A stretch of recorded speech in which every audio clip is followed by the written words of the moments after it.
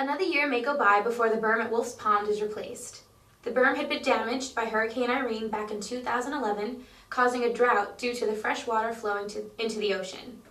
A year later, the Federal Emergency Management Agency allocated funding to repair the berm and protect it from future storms. However, Hurricane Sandy delayed the project even further.